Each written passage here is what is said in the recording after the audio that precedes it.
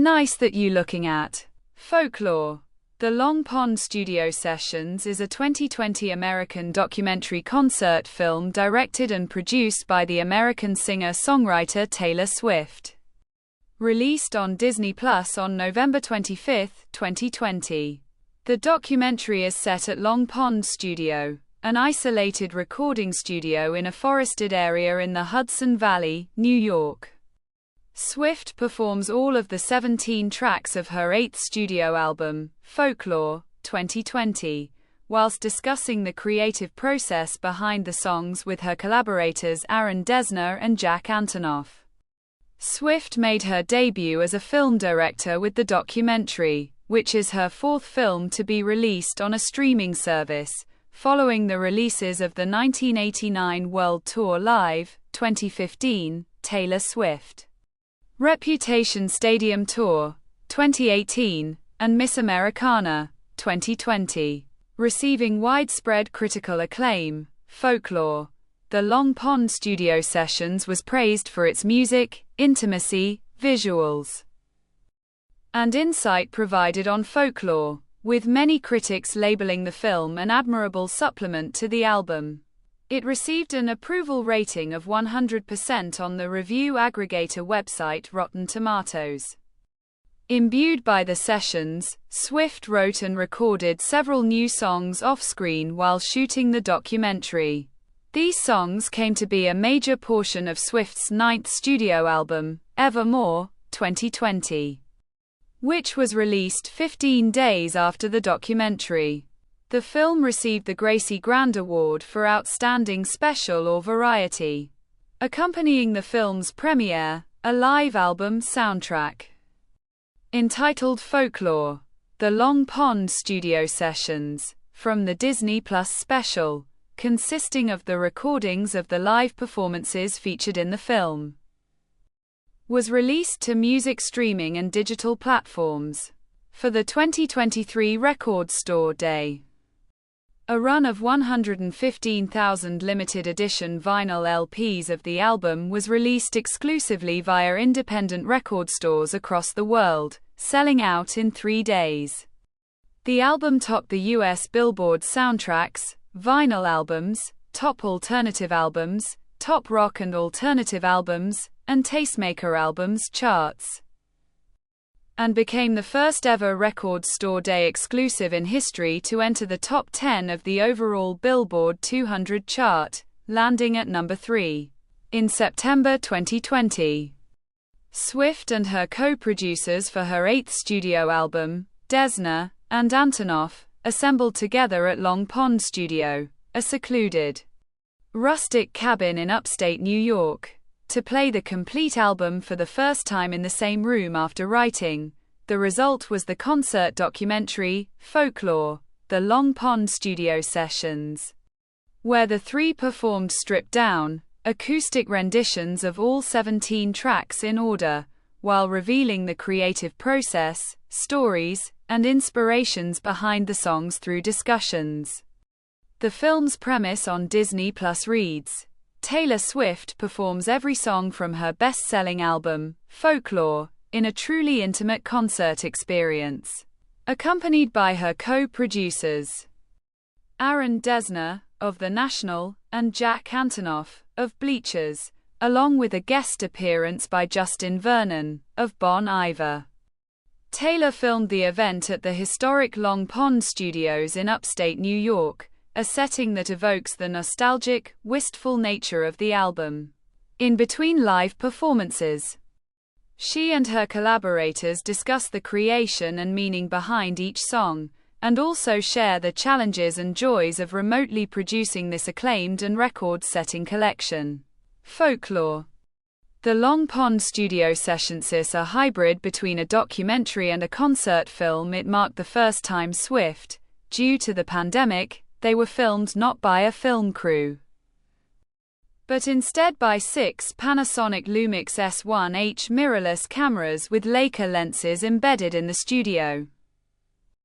along with one ARRI Alexa LF with an Angenieux 24-290 lens on an Agito Trax modular dolly system with more than 30 feet of curved track that occasionally scans the recording session from the background. A drone camera was also used to capture aerial shots of the studio and the surrounding forested estate.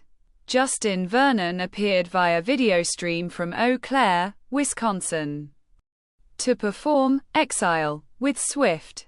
The film is characterized by a casual, small-scale production and a softly lit, cottagecore aesthetic. Apart from a few videos of Swift at her home studio, the film was entirely recorded at Long Pond Studios in New York's Hudson Valley, one of the places where Folklore was engineered. The studio, which is located near Desner's residence and was originally a barn, had been converted into a wooden cabin situated in a waterfront estate beside an elongated pond and surrounded by chairs, string lights, and fire pits. The studio is an open room with a church-high ceiling, tall windows, and a woodland view, set up with a variety of Desner's musical instruments. The ambience outside the studio consists of sounds of birds, insects, frogs, or the trees swaying in the wind. In the film, Swift performed seated on a couch in an oversized plaid shirt dress, singing directly into a microphone, with Antonoff and Desner playing instruments and an engineer in the back of the room. The instruments used in the film include a variety of guitars, keyboards, a Fender bass, a piano, a drum machine, and a snare. Like the release of Folklore, the Long Pond studio sessions was a surprise release, announced hours before its launch at midnight. It was released on Disney Plus on November 25, 2020, and on Hotstar in India and Indonesia on November 26, 2020. Folklore. The Long Pond studio sessions received universal acclaim from film and music critics. On review aggregator website Rotten Tomatoes, the film has an approval rating of 100% based on 13 reviews. With an average rating of 7.4 on Metacritic, it has a weighted average score of 76 out of 100, based on 7 critics, indicating generally favorable reviews. Andrew Barker of Variety praised the film's picturesque setting, performances, and ability to recreate Folklore's sparse yet carefully textured soundscapes, with fewer instruments, and dubbed Swift's vocals as the film's most striking element. NME writer Will Richards named it a perfect, early Christmas present, and praised its editing, especially when Swift and Desner have a genuinely touching discussion on the meaning behind the song, Peace, followed by a performance of the song that hits right in the gut. Writing for the New York Times, John Pareles dubbed the film a musical experience that heightens the album's sense of pristine contemplation, using a small-scale, casual-looking production. Newspaper's Sarah Carson defined the film as artfully crafted, aesthetically gorgeous, cozy cottagecore escapism, with diverse conversations, such as light-hearted, giggly discussions around the campfire to formal introspection on stiff chairs. Carson opined that it sheds genuine light on Swift's work, seeing her at peace with her life, laughing, publicly relaxed for the first time in a decade. Decider critic Johnny Loftus found it refreshing to see and hear Swift in the dressed-down setting of Long Pond studio sessions, calling the film a balm for the soul as we wind down an extremely not cool year, and an intimate portrait of artists at work, in contrast to the pop persona that dominated Swift's career. Little White Lies critic Sidney Urbanek lauded the film as a triumphant debut for Swift as a film director, as well as the cast's on-screen presence. Swift's and Antonoff's captivating one-on-one chats and Desner's studio focus. Alex Hudson of Exclaim described the film as an oasis of tranquility in a chaotic time, in which even the biggest pop star on earth holed up and got cozy and insular. He admired Swift's rapport with Antonoff, their laugh-out-loud jokes, and the discussions that yielded interesting insights and factoids about the songwriting of Folklore.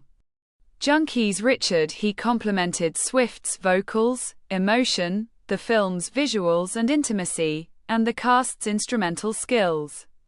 He described the film as a masterclass in songcraft and a rare glimpse inside a genius songwriter's mind. In his words, great pop stars embody our times, great songwriters address them. Taylor Swift is doing both. Rob Sheffield of Rolling Stone praised the cast's chemistry and asserted that the Long Pond studio sessions is not a mere footnote to the album but rather a stunning musical statement in its own right. Full of stripped-down acoustic warmth. He underlined how Swift moves past vague anecdotes about the tracks by explaining why she felt the need to write such music in the first place. Branding it a very beautifully done film, the Daily Telegraph's Kate Solomon called it a very warm 2 hours of music that gives the songs a new lease of life, and observed the parallels between the luscious, remote surroundings of the studio and how they reflect the lusciousness and isolation of the songs. Stuff critic James Crute compared the special's atmosphere to that of MTV Unplugged, and added that the film's production is slick despite the intimate appeal. Similar to Swift's 2020 Netflix documentary, Miss Americana, Drew Taylor of Collider labeled the film a winning examination and celebration of folklore, and a look at one of the world's biggest pop stars at her most vulnerable and artistically ambitious. He picked Antonoff as the more active personality, while Desner is terse.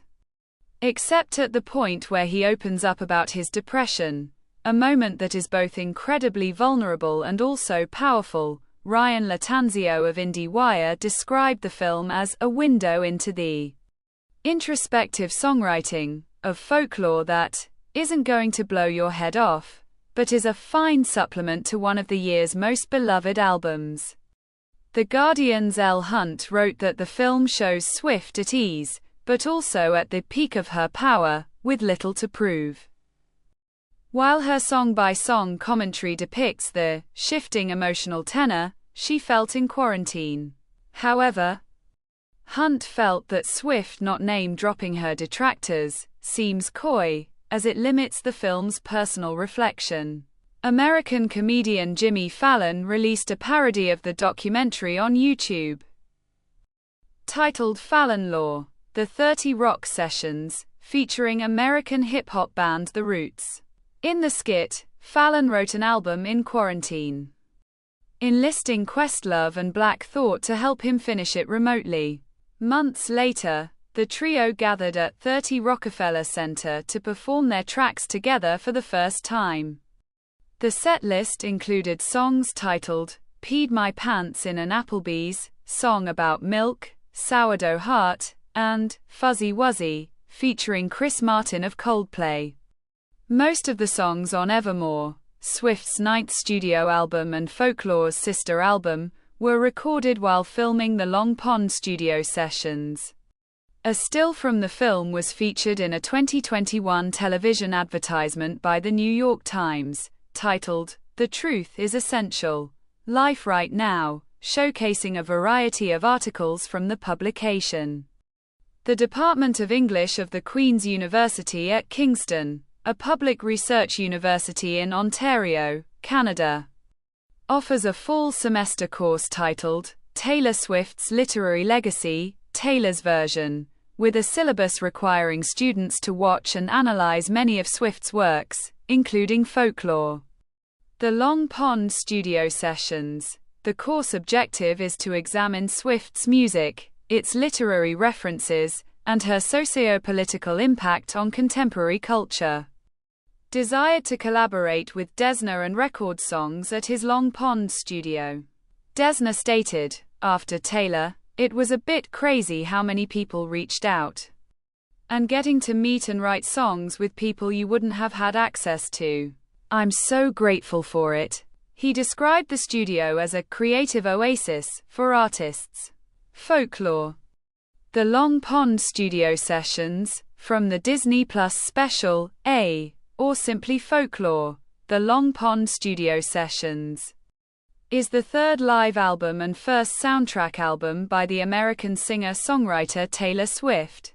It was released to streaming and digital platforms on November 25, 2020, alongside the film, and in a limited number of vinyl LPs on April 22, 2023, through Republic Records.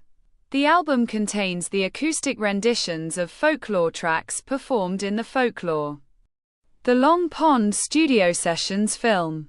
This is the end of the video. Don't forget to subscribe. See you next time. Bye.